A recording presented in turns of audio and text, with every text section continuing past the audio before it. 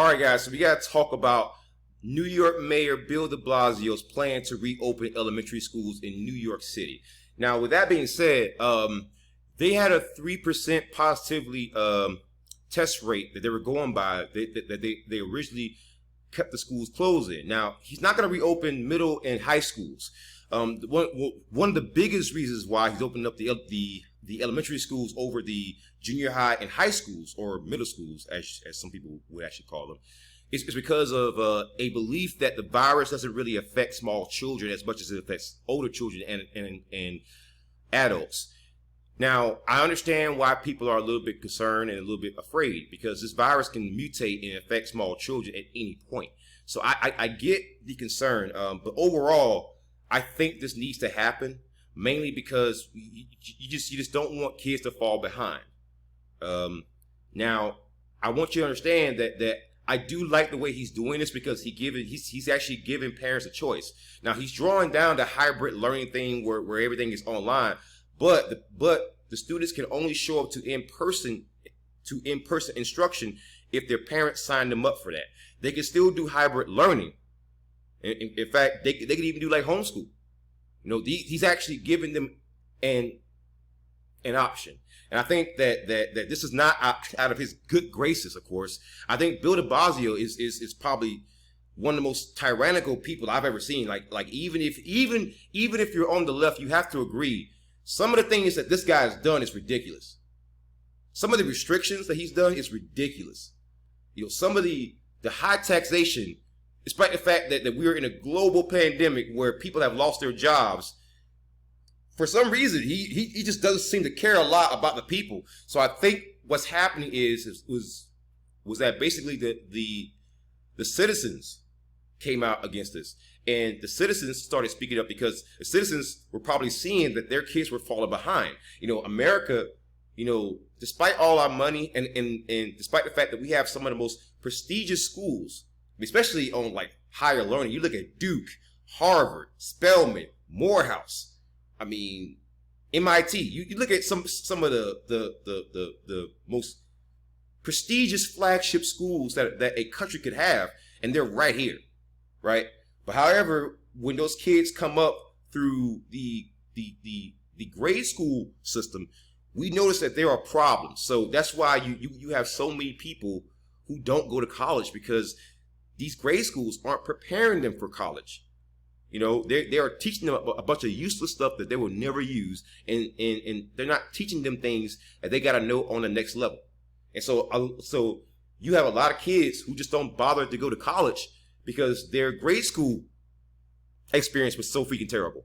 You know, and that's not like that in many other countries, especially our allied countries, and even the countries that we consider enemies, right? So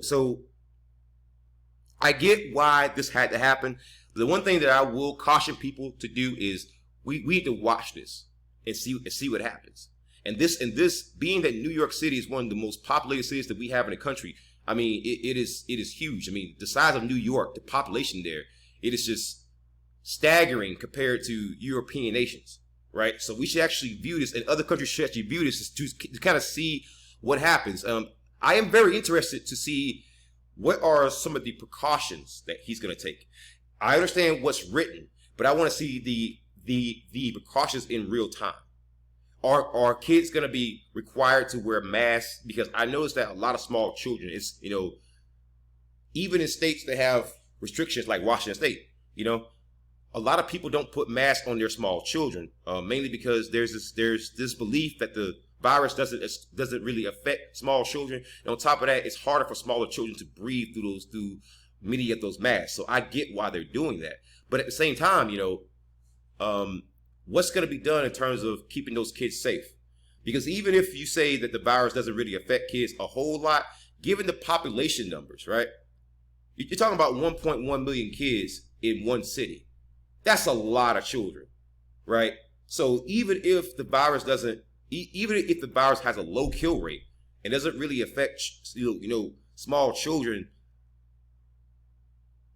the way that it affects older children or adults, you know, even if that's the case, given just the numbers, if you were just like run the numbers, there's going to be some problem somewhere. And the first time that you get a COVID death with a small child in New York City, there's going to be riots on the freaking streets, man. That's going to be a problem. Because, see, people are already upset at Bill DeBlasio because of some of the draconian, tyrannical stuff that he's done. So if that happens, you know, one of the things that Americans will not forgive is you hurting a child. We do not forgive that, man. It takes us a long time to kind of weed out corruption, and many people, will keep voting for the exact same people, no matter how corrupt that they are. But the last thing that you want, because politicians use, the whole think of the children type of arguments all the time, and they use it because it is effective. The last thing that you want to do, all right, is have a child who ends up dying or seriously injured, because, it's not just the death with COVID that you should worry about, right? There are some people who have gotten COVID who have permanent problems that just don't go away, or some problems that are just prolonged. And so you don't want that to happen to a child. So I think that we got to be very, very careful about what we're doing here, because if more and more people are starting to see what this virus is really, really serious, and I think that it is because of how easy it is to spread it, and how many times it's already mutated. So even with like a vaccine, we have a flu vaccine that you got to take every year. So that tells you that this ain't going away. You can get somebody a vaccine and it's not going to cure them indefinitely, because every year that's going to be a new version of the virus. And how do you know that tomorrow you won't get a new mutation where kids are affected? I'm not saying that kids shouldn't go back to school. I think that they absolutely should. But I think that we got to be really, really careful about some of the precautions that we're taking. We have to make sure that we're cleaning these classrooms. We got to make sure that these teachers are washing their hands. Because, I mean, if you look at some of at the average person, I think that the average person, from what I've seen, they're not washing their hands, man. You get people who just walk into the restroom, especially on like a school ground. Have you ever been to freaking grade school and see kids just go in the bathroom, especially like little boys? I don't know anything about the girls' like restroom, but I know that little boys, man, you'll be lucky if they put any kind of water on their hands after they took a freaking poop or went to go and pee. I mean, they will pick their nose.